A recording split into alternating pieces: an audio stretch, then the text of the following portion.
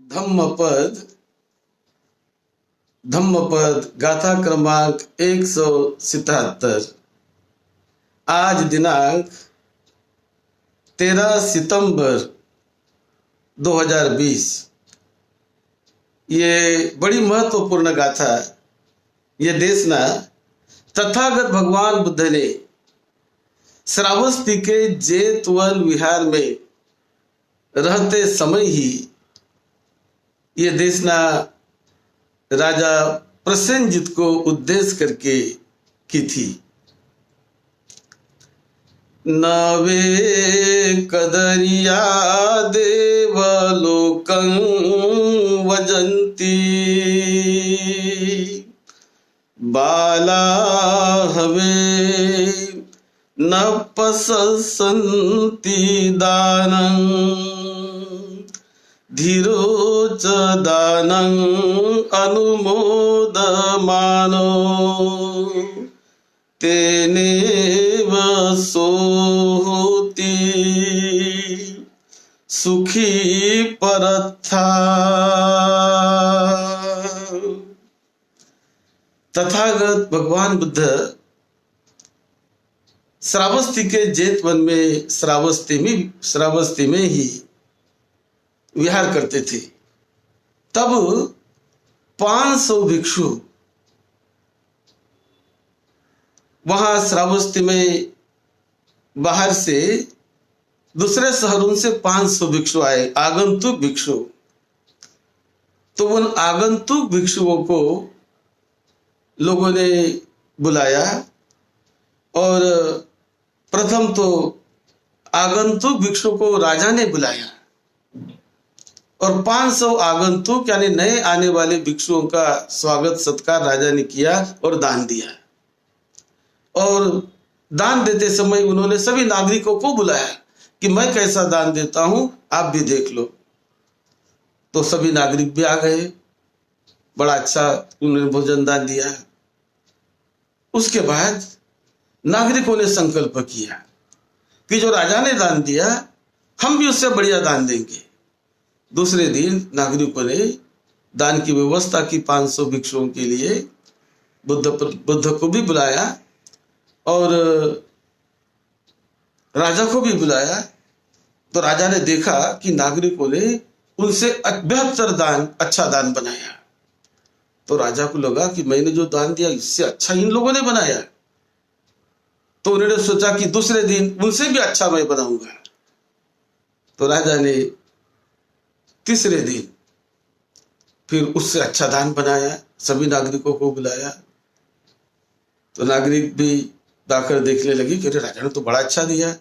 फिर नागरिकों ने चौथे दिन उससे बढ़िया दान देने का संकल्प किया कि हम भी बढ़िया दान देंगे। सभी नागरिकों ने इकट्ठे आकर बहुत बढ़िया दान दिया भिक्षु संघ को। राजा को भी बुलाया। राजा ने देखा अरे मुझसे बढ़िया दान इन्होंने दिया, मैं भी उनसे बढ़िया दान दूंगा। तो इस प्रकार वो प्रतिद्वंदिता करने लगे। 6 दिन तक एक से बढ़कर एक प्रतिद्वंदिता से कभी राजा दान देता है तो कभी सभी आम जनता दान देती है। अब 6ठे दिन तो आम जनता ने दान दिया राजा से भी बढ़कर। तो राजा चिंतित हो गया कि मुझसे बढ़कर इन लोगों ने दान दिया है, तो मुझे भी अच्छा ऊंचा दान देना है। मैं तो राजा हूं, यदि अच्छा दान मैं नहीं दूं तो मेरे राजा होने का क्या मतलब। तो वो चिंता में पड़ गया कि कैसे मैं अच्छा दान, इनसे बढ़कर कैसा दान दे सकता हूं। तो ऐसा सोच रहा था, बड़ी चिंता में वो बैठा हुआ था। तो उस समय चिंता में बैठते समय उनकी जो मल्लिका नाम की उनकी बड़ी प्रिय रानी, पट रानी, वो मल्लिका आई, पूछने लगी देव आप इतने व्याकुल क्यों दिखते हैं मुझे, इतने चिंतित क्यों दिखते हैं मुझे। तो राजा कहने लगा देवी मैं इसलिए चिंतित हूं कि ये नागरिकों ने मुझसे बढ़कर दान दिया है और मैं चाहता हूं कि उनसे बढ़कर मैं कैसा दान दूं, मेरे कुछ समझ में नहीं आ रहा है, ये हमारी प्रतिस्पर्धा चल रही है। तो मल्लिका ने कहा, तुम क्यों चिंतित हो? तुम तो राजा हो, आप इस पृथ्वी के भूमिपति हो, तुम नगर के भूमिपति हो, इस देश के प्रदेश के तुम राजा हो, कौन तुम्हारी बराबरी कर सकता है? क्यों चिंतित होते हो? मुझ पर सौंप दो, मैं सब कर लूंगी। ऐसा करके उसने राजा प्रसेनजित को समझाया और प्रसेनजित को वो बताने लगी, देखो अब ऐसा दान देंगे। तो उन्होंने बसा, क्या दान देना है? तो ऐसा दान दो कि 500 शाल वृक्ष को बड़ा अच्छा वृक्ष माना जाता है, शाल वृक्ष को हम तख्त बनाएंगे 500 भिक्षु को बैठने के लिए। उसके बाद एक विशाल मंडप बनाएंगे 500 भिक्षु को बैठने के लिए। अधिक लोग आएंगे तो वो मंडप के बाहर बैठेंगे, लेकिन 500 भिक्षुओं के लिए विशाल मंदिर हम विशाल मंडप बनाएंगे। उसके बाद 500 हम श्वेत छत्र बनाएंगे, यानी सफेद छाते छत्र 500 बनाएंगे। फिर उन छत्रों को पकड़कर वो छत्र रखेंगे 500 हाथियों पर, कि जो हाथी ये 500 सफेद छत्र को लेकर हम खड़े करेंगे। और उसके बाद हम वो पंखा झलते हुए लोग हाथी पर कुछ बैठे रहेंगे और इस प्रकार हम व्यवस्था करेंगे। 8 या 10 स्वर्ण की नौकाएं बनाएंगे। वो मंडप में 8-10 जगह पर हम रखेंगे और 2-2 भिक्षुओं के बीच हम एक क्षत्रिय बाला को रखेंगे। 2-2 भिक्षुओं के बीच में एक क्षत्रिय बाला। और उसके बाद 2-2 ये जो एक क्षत्रिय बाला को हम 2-2 भिक्षु के बीच में रखकर हम उनको पंखा झलने के लिए बोलेंगे कि आप हमारे इस अरहतों पर पंखा झले। तो वो पंखा झलते रहेगी और गंध द्रव्य जो पीसते रहेगी कुछ बालाएं, और कुछ बालाएं वो 2-2 भिक्षु के बीच खड़ी रहकर वो गंध पुष्पों से उनका स्वागत करते रहेगी। और वो जो कमल पुष्पों से जो हम नाव बनाएंगे, वो नाव में जो गंध द्रव्य रहेगा, उस गंध द्रव्य जो कमल के पत्तों से वो भिक्षुओं पर छिड़का जाएगा, उनका स्वागत किया जाएगा। ऐसा हम करेंगे। मल्लिका ने जब ये परामर्श दिया, राजा इतना खुश हो गया, कैसे तुम्हारे मन में ये बात आ गई? मल्लिका ने कहा, हम करेंगे ऐसा, देखो कौन हमारे बराबरी कर सकता है? अरे तुम तो राजा हो, तुम अधिपति हो इस जमीन के, कौन तुम्हारी नागरिक बराबरी कर सकेगा? तो उसने जो बताया उसी प्रकार की सारी व्यवस्था वो की गई और 500 हाथी, 500 सफेद छत्र बनाए गए, छाते, और सारी व्यवस्था जैसा उन्होंने बताया उस प्रकार से बहुत बड़ी दान देने की व्यवस्था श्रावस्ती नगरी में की गई। और ऐसी मतलब कर रहे थे। उसके बाद राजा को चिंता पड़ी, राजा और भी दुखी हो गया। फिर क्या हुआ? देखिए 500 हाथी जो हमें लेने हैं, एक हाथी कम पड़ रहा है, अब एक हाथी कहां से लाए? तो मल्लिका कहने लगी, अरे राजा के पास तो हजारों हाथी होते हैं, एक हाथी की क्या बात? तो राजा कहने लगा, मल्लिका प्रशिक्षित हाथी तो 500 में एक कम है। किसी अप्रशिक्षित हाथी को एक को भी वहां पर भेज दिया और उसने यदि अव्यवस्था निर्माण कर दी तो सारा धान पानी में मिल जाएगा।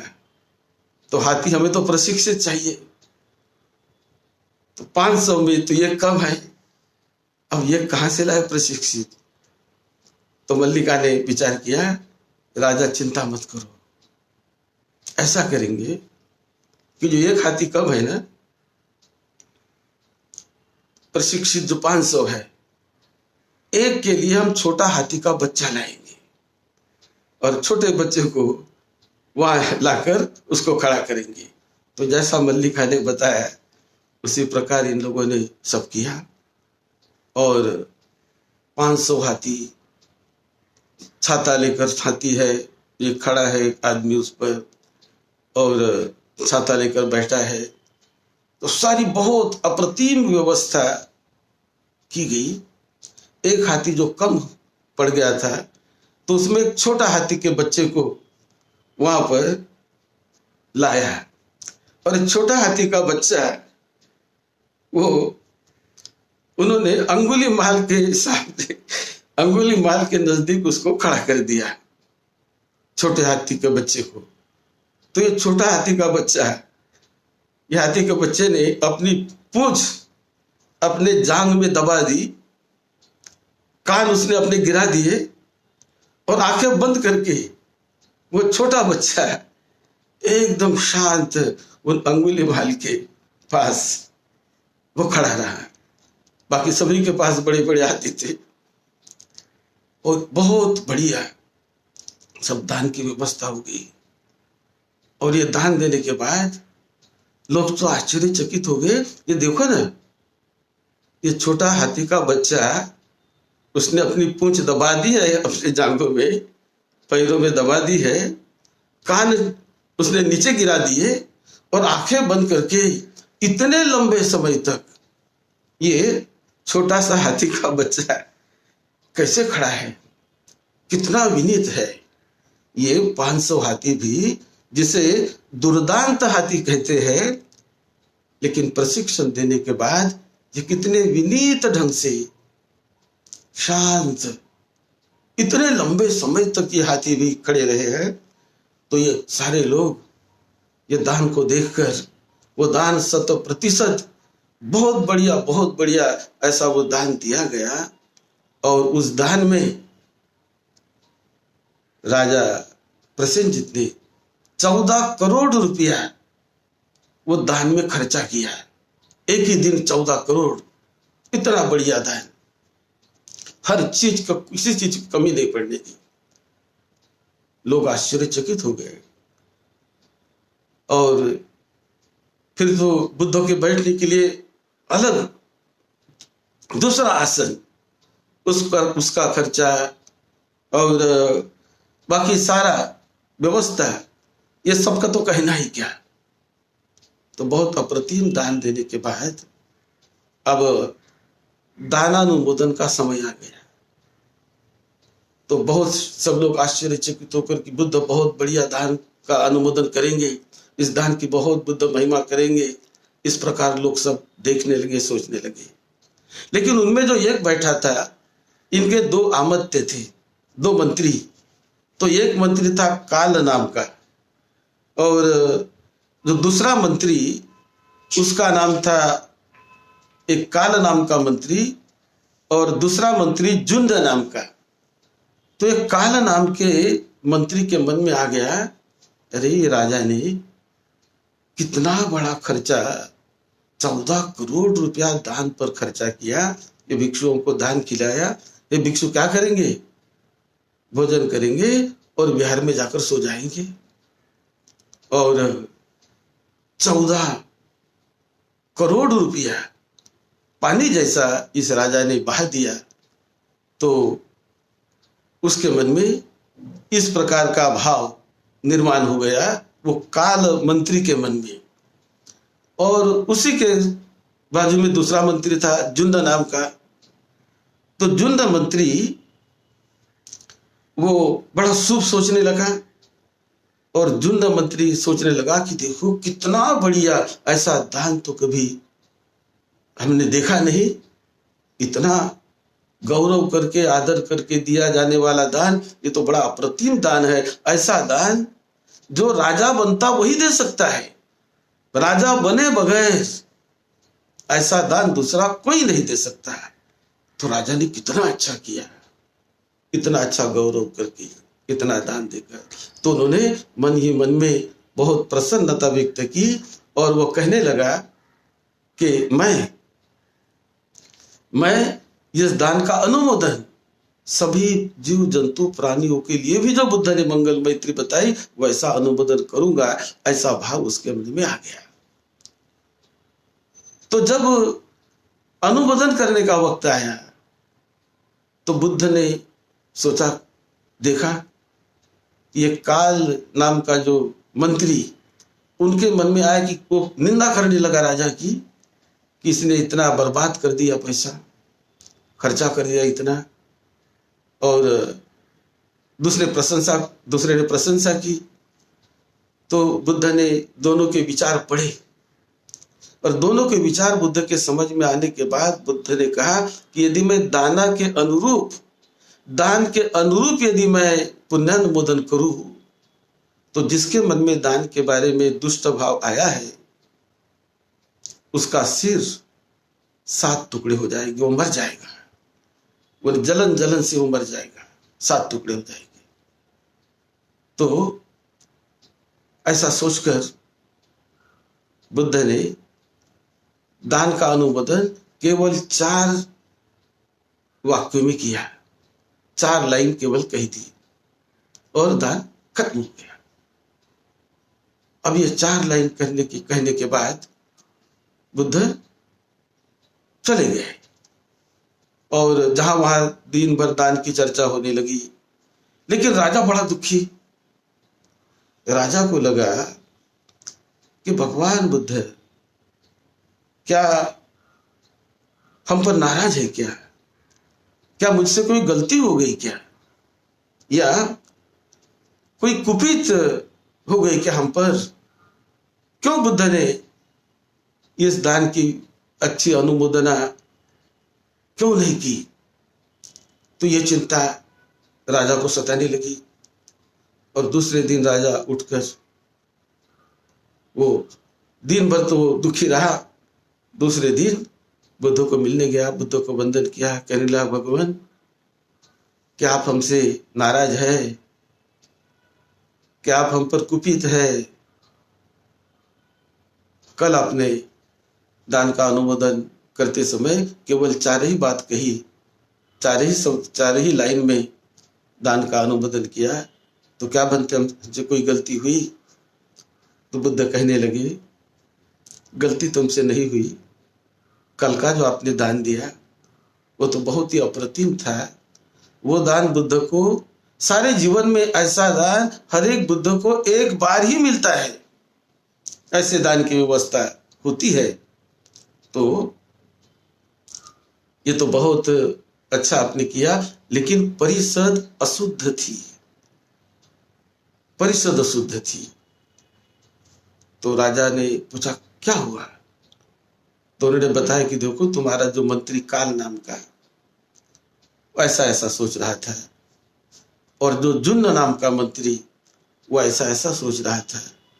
इस प्रकार वो परिषद अशुद्ध होने के कारण मैंने केवल 4 लाइन में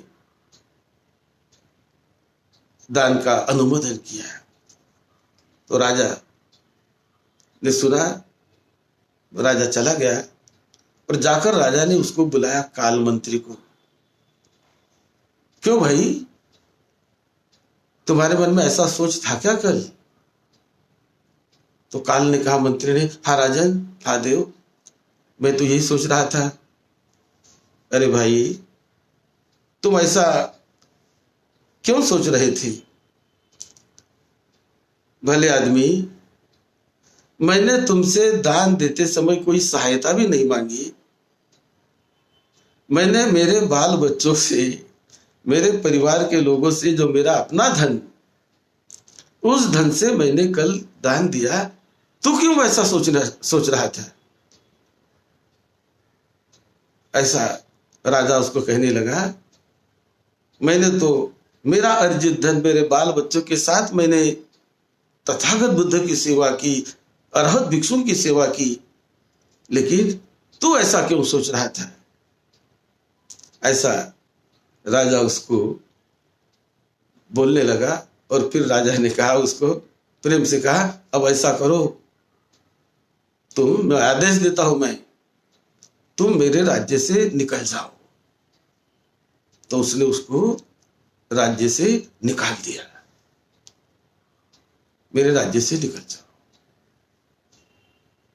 फिर उन्होंने जुन्न नाम के उसके मंत्री को पूछा कि क्या भाई तुम्हारे मन में कैसा विचार था? बुद्ध कह रहे थे।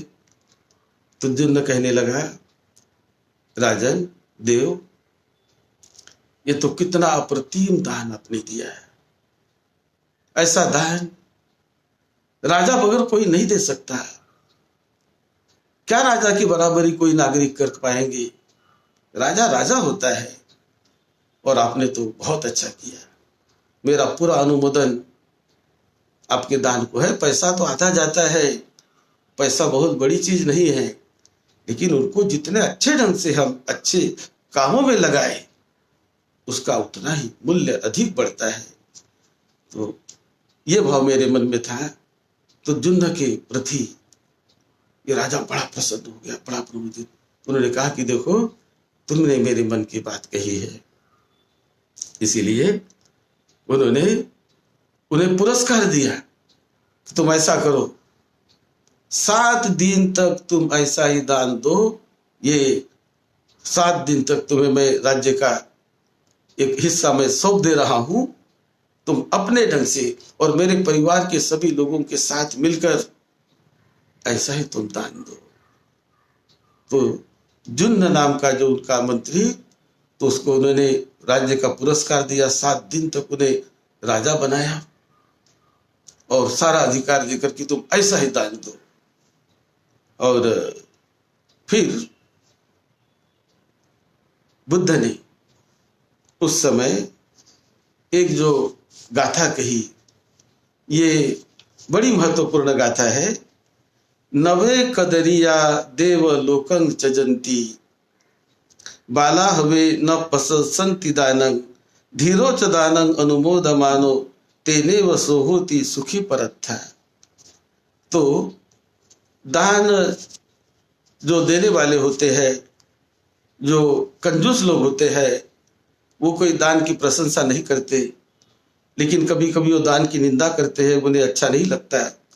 लेकिन जो धीर होते हैं, जो बुद्धिमान होते हैं, वो त्याग की, दान की प्रशंसा करते हैं और उन्हें वर्तमान में भी पुरस्कार मिलता है। वर्तमान में भी वो बहुत आनंदित, बहुत प्रमुदित होते हैं और मृत्यु के बाद भी उन्हें अच्छा पुरस्कार मिलता है। इस प्रकार से गाथा तथागत बुद्ध ने कही। और बहुत सारे ऐसे लोग होते हैं कि जो स्वयं तो नहीं देते, लेकिन दूसरे को ही दे रहे, तो वो भी उनको अच्छा नहीं लगता, उसकी भी वो निंदा करते हैं, क्योंकि उन्हें दान की प्रशंसा मालूम नहीं होती है। वो कंजूस होते हैं, कदरीय होते हैं, और ऐसे व्यक्ति वो सुगति नहीं पाते। दान का तो मूल्य, सेवा का मूल्य, जितने शुद्ध चेतना से, शुद्ध भावना से सेवा करो, उसका बहुत मूल्य है। और उसी प्रकार उसका अनुमोदन करने का मूल्य है। अनुमोदन करना। अब ये जुन्न ने तो दान स्वयं नहीं दिया, लेकिन उसका अनुमोदन करने के कारण जुन्न को पुरस्कार मिला, प्रशंसा हुई, राजा ने पुरस्कार दिया। और ऐसे पुण्य का अनुमोदन जो करते हैं, वो पुरस्कृत होते हैं और उन्हें अगला जो जन्म होता है, अगली गति होती है, वो ऊंची गति मिलती है।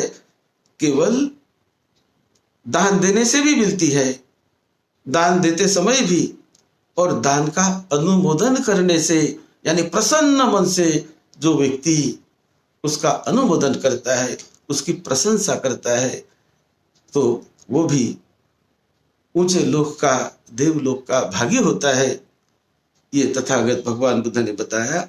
और ये दान की ये गाथा सुनकर ये जुन्न मंत्री श्रोतापन्न अवस्था को प्राप्त कर गया, श्रोतापन्न वो बन गया।